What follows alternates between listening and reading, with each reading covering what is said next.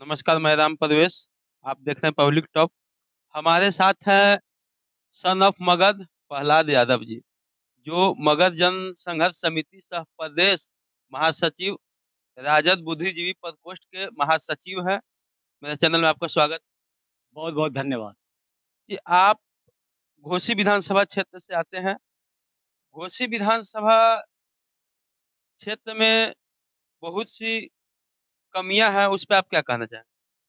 देखिए, घोसी विधानसभा क्षेत्र को बेहतर बनाना मेरा मकसद है। जहाँ तक आपका सवाल सही है कि बहुत सारी कमी है, आज़ादी के 75 साल गुज़र जाने के बाद भी मुझे चिंता तब होती है, अब तक घोसी विधानसभा एक आदर्श विधानसभा नहीं बन सका। और जहाँ तक कमी की बात है, तो आप देख लीजिए कि घोसी विधानसभा अंतर्गत क्या, जहानाबाद जिले में या पूरे मगध में एक एक भी अच्छा होना चाहिए। यहाँ वर्ल्ड क्लास का हॉस्पिटल होना चाहिए मगध में। आप जानते हैं कि मगध है भगवान बुद्ध की धरती रही है और बिल्कुल यहाँ पे भगवान विष्णु आए हैं, भगवान शंकर का निवास स्थान है बगल में बानावर में। तो इससे अंदाजा लगाया जा सकता है कोई डेवलपमेंट नहीं हुआ 75 साल के अंदर में घोसी में। अभी तक घोसी अनुमंडल नहीं बन सका जो पूरे क्राइटेरिया को फुलफिल करता है। अभी हुलासगंज को नगर पंचायत होना चाहिए था। अभी नगर पंचायत काको बना है, मोदनगंज का इलाका बहुत पिछड़ा है। इधर इधर साउथ में चले जाइए, इधर बहुत सारा इलाका पिछड़ा है, जहाँ बहुत सारी चीज़ कमी है। यहाँ अभी सिंचाई का जो मूल किसानों का यहाँ पेशा किसानों का यह विधानसभा क्षेत्र माना जाना चाहिए। सारा सिस्टम है यहाँ, लेकिन सभी जगह सिंचाई का साधन नहीं है। यहाँ पे कोई कुशल शिक्षा के लिए कोई आदर्श यहाँ पे ना कोई महाविद्यालय है, विद्यालय है, बट एक मॉडल विद्यालय होना चाहिए, आदर्श विद्यालय होना चाहिए, जहाँ पे गरीबों को पढ़ने का मौका मिलता और गरीब लोग तरक्की करता। आप बुद्धिजीवी प्रकोष्ठ के प्रदेश महासचिव है राजद। अभी आपकी सरकार महागठबंधन में है, तो मगध के लिए या अपने विधानसभा के लिए क्या कहना चाहेंगे? देखिए, मैं राष्ट्रीय जनता दल में हूँ और राष्ट्रीय जनता दल महागठबंधन का एक मुख्य घटक भी है और मैं खुश हुआ था और मैं 6 महीना पहले बोला था, सरकार बनने के पहले बोला था कि एनडीए जाने वाली है, महागठबंधन आने वाली है। अगर बिहार में कोई भी राजनेताओं में अगर सबसे पहले कोई व्यक्ति बोला था, उसका मैं भविष्यवाणी प्रहलाद यादव किया था कि एनडीए जाने वाली है, महागठबंधन आने वाली है। मुझे खुशी भी हुई, लेकिन सरकार हमारी है, डेमोक्रेसी में बात रखने का सबको अधिकार है लोकतंत्र में।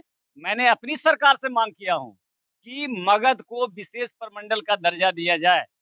घोसी विधानसभा क्षेत्र में घोसी मुख्यालय है, घोसी को अनुमंडल बनाया जाए, हुलासगंज को नगर पंचायत बनाया जाए और कामरेड रमाश्रय बाबू जो गरीबों के यानी मगध के एक कद्दावर नेता थे, क्रांतिकारी नेता थे, जमीन से जुड़े हुए नेता थे कामरेड रमाश्रय प्रसाद सिंह, जिनका एक आदम कद प्रतिमा जहानाबाद मुख्यालय में लगाया जाए। आप जानते हैं मगध के बारे में, मगध वो भूमि है जहाँ के बेटे ने ऐसा संघर्ष किया। आपके इलाके से आते हैं, गया जिला में दशरथ मांझी का नाम आप लोग सुना होगा, जिसको हम लोग गर्व से कहते हैं माउंटेन कटर, जिसने छेनी और हथौड़ी के बल पे 55 किलोमीटर के दुर्गम रास्ता को 15 किलोमीटर में कन्वर्ट कर दिया सुगम रास्ता में। यानी कितना जोश और जज्बात था एक गरीब आदमी के, गरीब के बेटा के पास। मैं दशरथ मांझी से ज्यादा उनकी माँ को सैल्यूट करता हूँ कि आपने ऐसे बेटे का जन्म दिया जो मगध की धरती को पूरे विश्व के मानचित्र पर स्थापित करने का काम किया। जी, बहुत अच्छा। और आप एक राजनेता हो के साथ साथ आप एक और शिक्षक भी हैं। तो ये जो पेपर लीक होता है, उससे विद्यार्थियों को कितनी परेशानियां होती होगी, इस पे क्या कहें?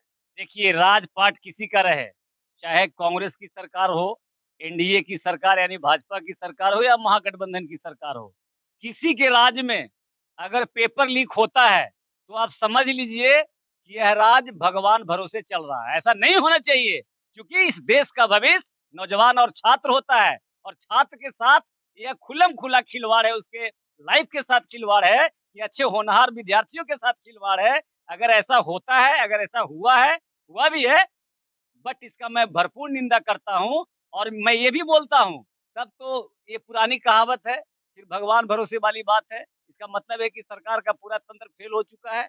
अगर वो सरकार बोलती है या शिक्षा विभाग बोलती है कि इसमें हम सुधार करेंगे, सुधार काहे का सुधार? एग्ज़ामिनेशन के पहले ये सब होता है ना, इसकी गारंटी सुनिश्चित होना चाहिए, इसके लिए कानून बनना चाहिए कि जिस मंत्रालय का एग्ज़ामिनेशन होता है, कॉम्पिटिशन होता है, उसका क्वेश्चन पेपर लीक होता है, सबसे पहले उस विभाग के माननीय मंत्री को बर्खास्त कर देना चाहिए और इसके सिस्टम में सुधार के लिए एक सख्त कानून बनाने की ज़रूरत है। इसके दोषियों पर कड़ी से कड़ी कार्रवाई होना चाहिए, जो इस मामले में संलिप्तता पाए जाते हैं। इस जो पेपर लीक होता है उसमें ज़्यादा ज़िम्मेदार कौन हो सकते हैं? विभागीय मंत्रालय जो है जिनके पास वो ज़्यादा ज़िम्मेदार है या विभागीय कर्मचारी हैं जिनके पास ये कमान रहती है शिक्षा के मामले में, उनके ऊपर कार्रवाई होना चाहिए या शिक्षा मंत्री जो है उनके ऊपर? नहीं, कार्रवाई तो पूरा इस सिस्टम पर होना चाहिए। शिक्षा विभाग से अगर क्वेश्चन लीक हुआ है, तो शिक्षा मंत्री पर भी कार्रवाई होना चाहिए और इसके साथ-साथ विभाग से जुड़े हुए एक बात मान लीजिए आप, बिना मंत्रालय के मिली-भगत से कुछ होता नहीं। किसी की औकात नहीं है कि कोई छोटा-मोटा आदमी किसी पेपर को लीक करवा देगा। ये मंत्रालय से सब मिले-जुले लोग रहते हैं, ये मंत्रालय पर भी कार्रवाई होना चाहिए और जिस राज्य में भी होता है, मैं बिहार का भी बात कर रहा हूँ और जगह, जिस राज्य में होता है, उस राज्य के मुखिया को ये ज़िम्मेदारी लेना चाहिए और ये सेट करना चाहिए जनता के बीच में कि मेरे राज्य में इस तरह का अगर हादसा हुआ है, तो वह निंदनीय है।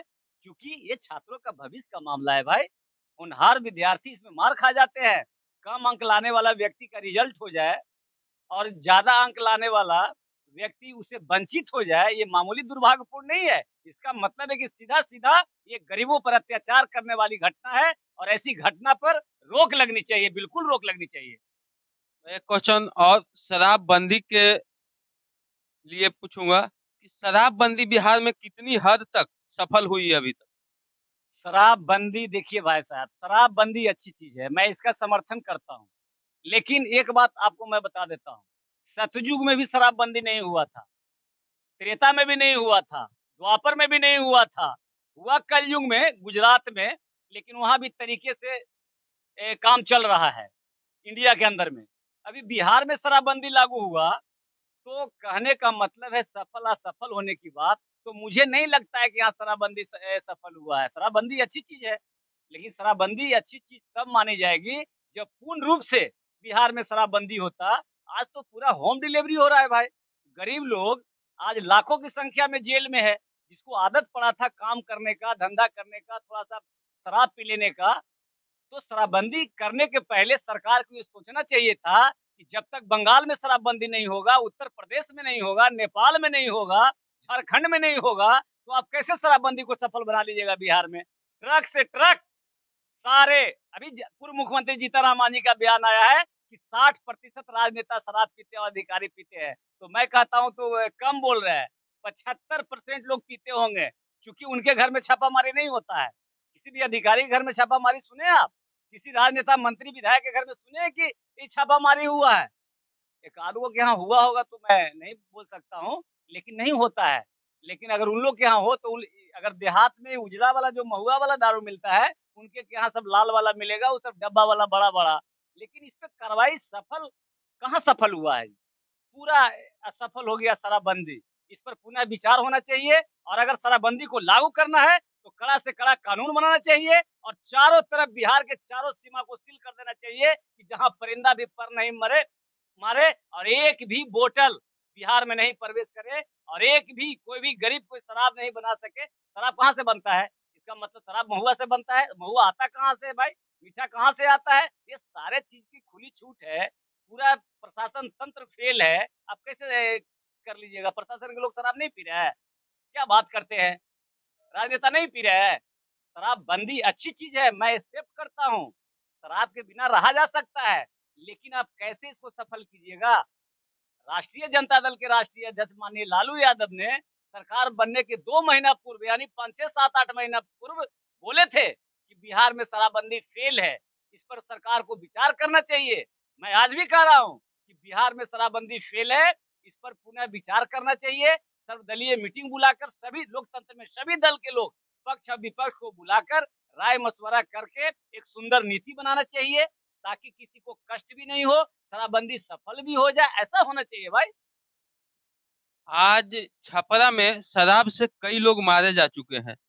उन परिजनों के लिए सरकार से क्या मांग करेंगे? मैं सोशल मीडिया के माध्यम से मांग कर चुका हूँ सरकार से कि प्रत्येक परिजन को, देखिए, इसके पहले मैं बोल देता हूँ, माननीय मुख्यमंत्री बिहार सरकार, बिहार के लोकप्रिय मुख्यमंत्री नीतीश जी ने सदन में कहा कि जो पिएगा वो मरेगा। ये दुर्भाग्यपूर्ण वाली बात है। इसका मैं निंदा करता हूँ। लेकिन मैं माननीय मुख्यमंत्री जी से पूछना चाहता हूँ कि जो पिएगा सो मरेगा, सही बात है, तो मरेगा ही। लेकिन जो शराब माफिया शराब बनवाएगा, उसका क्या होगा? माननीय मुख्यमंत्री को इसका भी जवाब सदन में देना चाहिए था कि जो शराब उपलब्ध करा रहा है, उसका क्या होगा?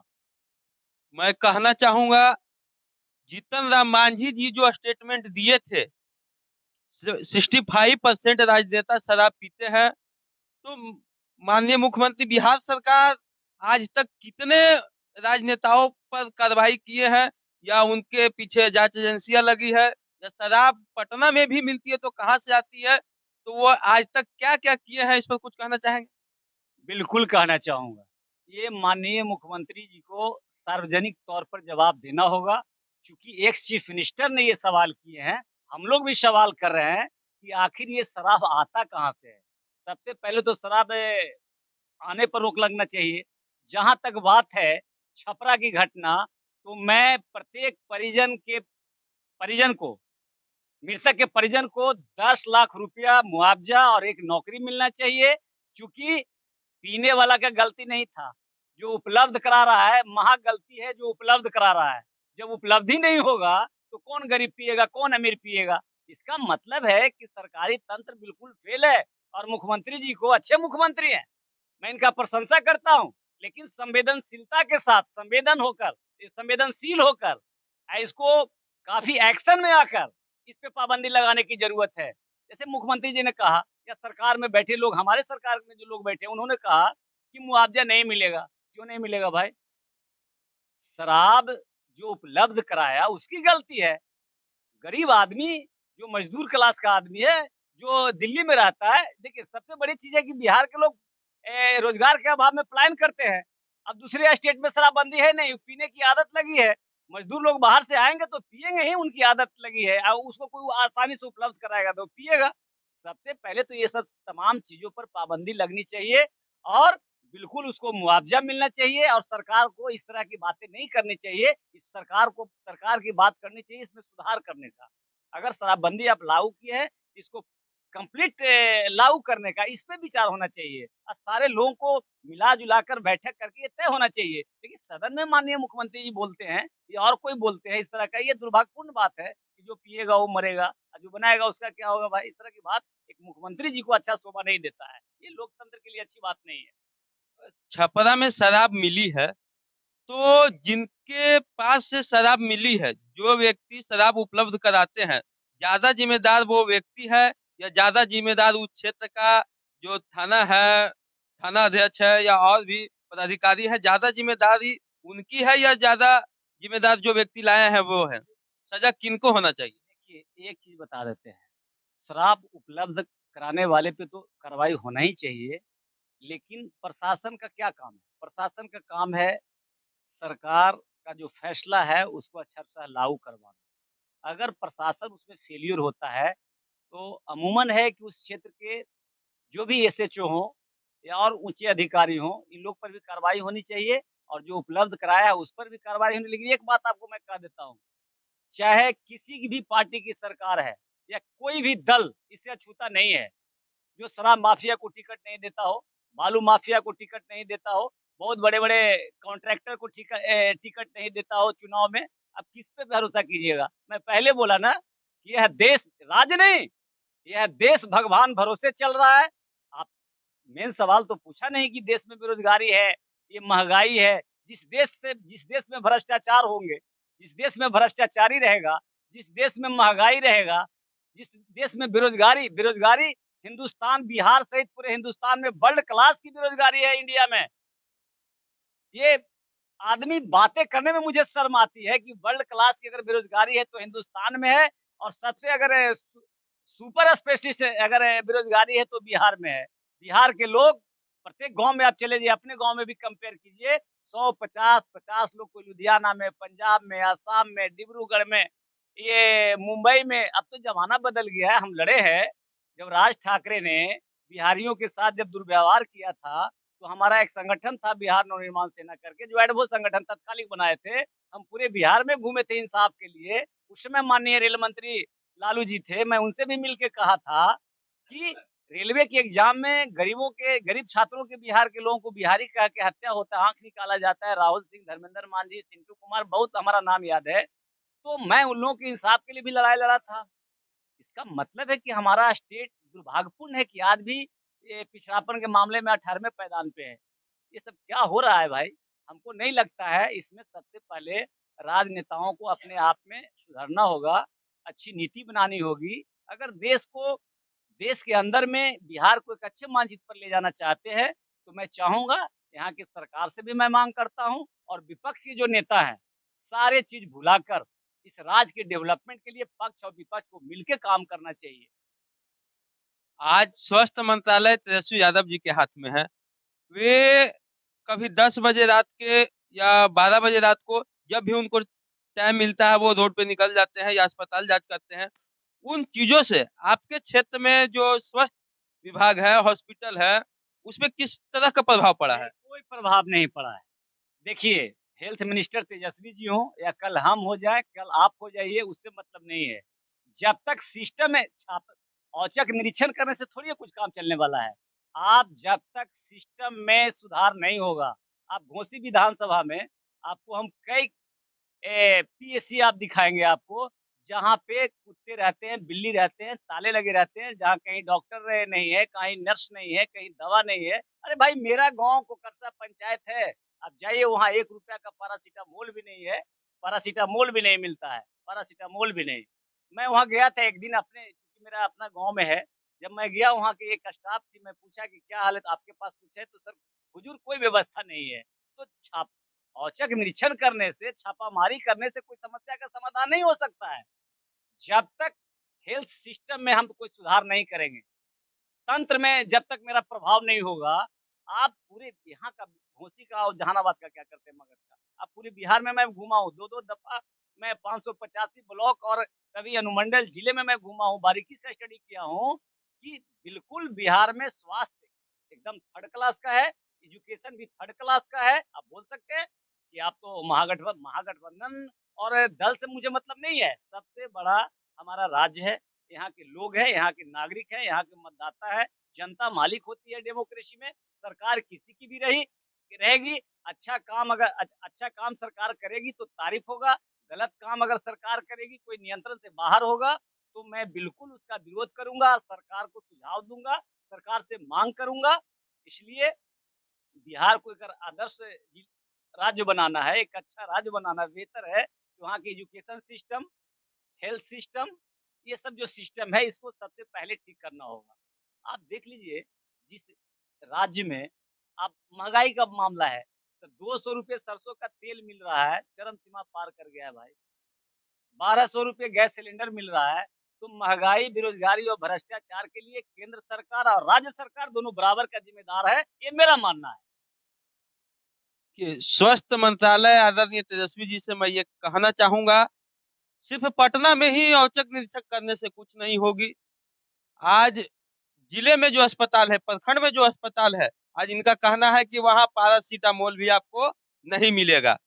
तो औचक निरीक्षक करने की बात नहीं है, आप पदाधिकारियों पर उस शिक्षा स्वास्थ्य विभाग में जितने भी कर्मचारी हैं, उन पे आप कार्रवाई करें, उनसे नीचे गाँव के, प्रखंड के जितने भी अस्पताल हैं, वहाँ भी जाँच करें, वहाँ पता चलेगा किस तरह की समस्याएँ हैं। यहाँ घोसी में ज़्यादातर किसान वर्ग के लोग रहते हैं। किसान वर्ग के लोग रहते हैं, तो किसानों के लिए यहाँ क्या व्यवस्था है?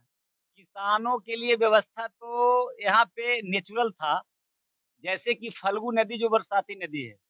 लेकिन मैं सरकार को कई दफ़ा मैं बताने का काम किया हूँ, सुझाव दिया हूँ। आप उदेरा स्थान सिंचाई परियोजना है, वहाँ से लेकर आप चले जाइए अरहिट तक। फल्गु नदी का आप देख लीजिए भाई साहब, आप पत्रकार हैं, ये बिल्कुल नदी जो है, ये खेत खलिहान की तरह उसमें पूरा काँसी है, झाड़ जंगल में तब्दील हो गया है।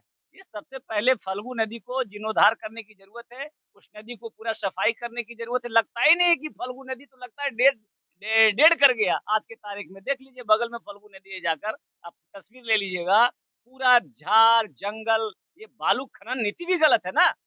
आपका बालू नीति बिहार में जो बना, खनन नीति जिसको हम कहते हैं, तो उसमें रूल है कि 2, 3, 4 फीट बाला निकालना है किसी भी नदी से, जहाँ बालू होता है और बालू निकल रहा है 50 फीट, 40 फीट। बताइए कि उस नदी का क्या होगा? ये तो पूरा सिंचाई, ये तो ये किसानों के साथ, किसानों के लाइफ के साथ खिलवाड़ किया जा रहा है। अभी आप देख लीजिए पूरा नदी में बालू होना चाहिए ना, उसमें मिट्टी हो रहा है, तब तो पेड़-पौधे उग रहे हैं। यहाँ पे सिंचाई का मगध में मैंने डिमांड किया था कि फल्गु नदी को अगर मगध को डेवलप करना है तो फल्गु नदी को सोन नदी से जोड़ दिया जाए ताकि सालों भर पानी मिले। यहाँ गेहूं का भी फसल पटवन होता, धान का भी पटवन होता और भी फसल के लिए लाभदायक होता। और जब सालों भर पानी मिलेगा तो बहुत सारे कैनाल में पानी जाएंगे और उदेरा स्थान जो सिंचाई योजना है वहाँ पे बिजली उत्पादन सेंटर भी बनाया जा सकता है, यानी पनबिजली परियोजना भी लगाया जा सकता है। लेकिन ऐसा सरकार करने में अभी तक असफल रही है और मैं सरकार से डिमांड करता हूँ कि उदेरा स्थान सिंचाई परियोजना को पनबिजली योजना में भी कन्वर्ट किया जाए और फल्गु नदी को बिल्कुल जीर्णोद्धार करके सफाई कराया जाए ताकि सुचारू रूप से सभी नहर में पानी मिल सके, बरसात में ही सही। ऐसे तो करना चाहिए सरकार को, कोई बहुत बड़ी काम नहीं है। अगर सरकार, देखिए डॉक्टर लोहिया ने कहा था कि 24, कोई भी सरकार डेमोक्रेसी लोकतंत्र में सरकार बनते ही 24 घंटा के अंदर में कोई राज्य हित में, देश हित में ऐतिहासिक फैसला नहीं लेती है, इसका मतलब कि वह सरकार कोई काम का नहीं हो सकता है। इसलिए सरकार को अच्छे काम पे ध्यान देना चाहिए। यह देश किसानों का है, यह देश मजदूरों का है। अच्छा एक बात बताइए, किसान को पेंशन मिलना चाहिए, नहीं मिल रहा है। मजदूर को पेंशन मिलना चाहिए, रजिस्टर्ड मजदूर को नहीं मिल रहा है। पेंशन किसको मिल रहा है? विधानसभा सदस्य, लोकसभा सदस्य, विधान परिषद सदस्य। लगता है कि जैसे यूपीएससी या बीपीएससी या सीजीएल करके ये लोग आए हैं। अरे भाई 5 साल के लिए मैं विधायक बनूँगा, मैं बनूँगा। खुद मैं बोल रहा हूँ, अगर मुझे जनता मौका देती है, नहीं भी दे सकती है।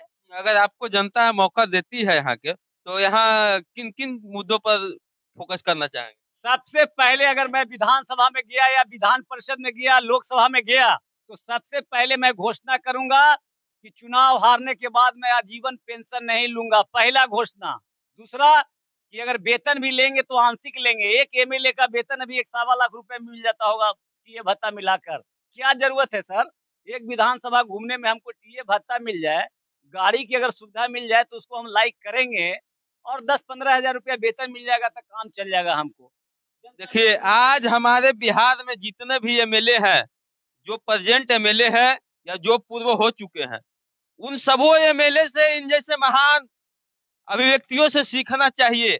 अगर वे पेंशन छोड़ देते हैं, तो हमारे बिहार की आर्थिक स्थिति जो है कुछ हद तक ठीक हो जा सकती है। एक चीज़ और, अगर मुझे मौका मिला तो सबसे पहले जो जनता का लोक सेवक अपने को कहता है कि मैं जनता का लोक सेवक हूँ, तो जनता को लोक सेवक को ये सिक्योरिटी गार्ड पर आपको मालूम है हिंदुस्तान में ए, यानी प्रधानमंत्री जी पर एक दिन में कितना खर्चा है? करोड़ों में खर्चा है। 1 करोड़ 62 लाख समथिंग कुछ है, ऐसा प्रधानमंत्री जी पर प्रतिदिन। आप एक एमएलए पर सोच लीजिए। मतलब एमएलए बनने का मतलब लोग समझता है ना कि ये ऐशो-आराम की ज़िंदगी में जाना, गार्ड लेकर चलना, ये सब फिज़ूल खर्ची है भाई। अगर मैं रियल में जनता का सेवक हूँ, नेता हूँ, तो मुझे कोई फ़ोर्स की क्या ज़रूरत है? मुझे पेंशन की क्या ज़रूरत है? हम कोनो यूपीएससी किए, 18 घंटा पढ़ने गए थे। जनता के बीच में काम करना है, तो काम भर मिल जाए, उसका सरकार मुहैया करा दे जिससे जनता का हम काम करने के लिए मुझे चाहिए। और आप बोल सकते हैं कि आप झूठ बोल रहे हैं। मैं विधानसभा चुनाव लड़ने के समय में पब्लिक में एफिडेविट के माध्यम से नामांकन के समय में ये घोषणा कर दूंगा कि अगर प्रहलाद यादव को विधानसभा में जाने का मौका मिलेगा तो मैं पेंशन, किसी तरह का पेंशन नहीं लूंगा, वेतन भी लूंगा तो आंशिक लूंगा। और ये मेरा इस आंदोलन का शुरुआत मैं किया हूं और मेरे बोलने के बाद मेरे पहले वरुण गांधी ने ऐसा किया था, जो भाजपा के नेता हैं। किसी पार्टी के नेता से मतलब नहीं है, भाजपा के नेता हैं, अच्छा पहल किए हैं। उन्होंने घोषणा किया है कि मैं पेंशन नहीं लूँगा। चिराग पासवान जी ने, हमारे भाई चिराग पासवान जी ने भी कहा है कि मैं पेंशन खत्म होना चाहिए, लूँगा नहीं, ऐसा नहीं बोले हैं, लेकिन पेंशन खत्म होना चाहिए। एक से एमपी पप्पू यादव ने कहा है कि पेंशन समाप्त होना चाहिए विधायक सांसदों का। लेकिन मैं बिहार में सबसे पहली बार मैं बोला कि पेंशन विधायकों का, सांसदों का, विधान पार्षदों का खत्म होना चाहिए और वह पेंशन विधवा को मिलना चाहिए, वह पेंशन लाचार ओल्ड सिटीजन गरीब को मिलना चाहिए। किसान जो गरीब किसान है, मंझोले किसान है, छोटे किसान है, उनको पेंशन मिलना चाहिए, कई स्टेट में मिल रहा है। महिलाओं को जो लाचार महिला व्यवस्थ जिसको घर में कोई पूछता नहीं है, पेंशन वैसे लोगों को मिलना चाहिए, इंदिरा आवास वैसे लोगों को मिलना चाहिए। आपको मालूम है कि ऐसा बिहार जाँच कराएगी सरकार, जिसको 14 एकड़, 15 एकड़, 20 एकड़ ज़मीन है भाई साहब, उसको भी इंदिरा आवास का लाभ मिल रहा है। क्या बोलिएगा कितना अब किसका जाँच कौन कराएगा हमको तो समझ में नहीं आता है। जब तक पूरे सिस्टम में बदलाव नहीं लाएगा आज जानते हैं, बिहार को अगर सच्चाई कहा जाए तो बिहार को कर्पूरी ठाकुर जैसे मुख्यमंत्री की ज़रूरत है। नहीं तो कहीं से प्रदेश बच नहीं रहा है, देश बच नहीं रहा है और देश को लाल बहादुर शास्त्री जैसे प्रधानमंत्री की ज़रूरत है। चौधरी चौधरी चरण सिंह जैसे की ज़रूरत है, डॉक्टर लोहिया जी जैसे नेता की ज़रूरत है बिहार को, इस देश को। और बिहार में तो आप याद कीजिए, कर्पूरी ठाकुर जब मुख्यमंत्री बने थे, तो उन्होंने 6 एकड़ तक किसानों का लगान माफ़ कर दिया था। 3 एकड़ सिंचित 6 एकड़ सिंचित वाले का और 3 एकड़ असिंचित वाले का। आप जानिए महँगाई कहाँ जा रहा है। एक भी गरीब आदमी के घर में सरसों तेल बिना सब्ज़ी नदारत हो रहा है। आप समझ लीजिए कर्पूरी ठाकुर जब मुख्यमंत्री बने थे, तो मोटा कपड़ा 2-4 रुपया में मिलता था, सरसों तेल 2-4 रुपए केजी मिलता था, मोटा अनाज 8 आने केजी मिलता था। आज क्या बात करते हैं! अब कोई मुझे नहीं लगता है कि कोई कर्पूरी ठाकुर पैदा ले रहा है इस बिहार में और मुझे नहीं लगता है कि मगध में कामरेड रमाश्री प्रसाद सिंह के देहांत के बाद अभी मगध नेता विहीन है और मगध के जो समस्या है, मूलभूत समस्या है, उसकी लड़ाई लड़ने वाला कोई व्यक्ति नहीं है। कोई एमएलए हो सकता है, एमपी हो सकता है, मिनिस्टर हो सकता है, उसके बारे में मैं नहीं कह सकता हूँ, हो सकते हैं।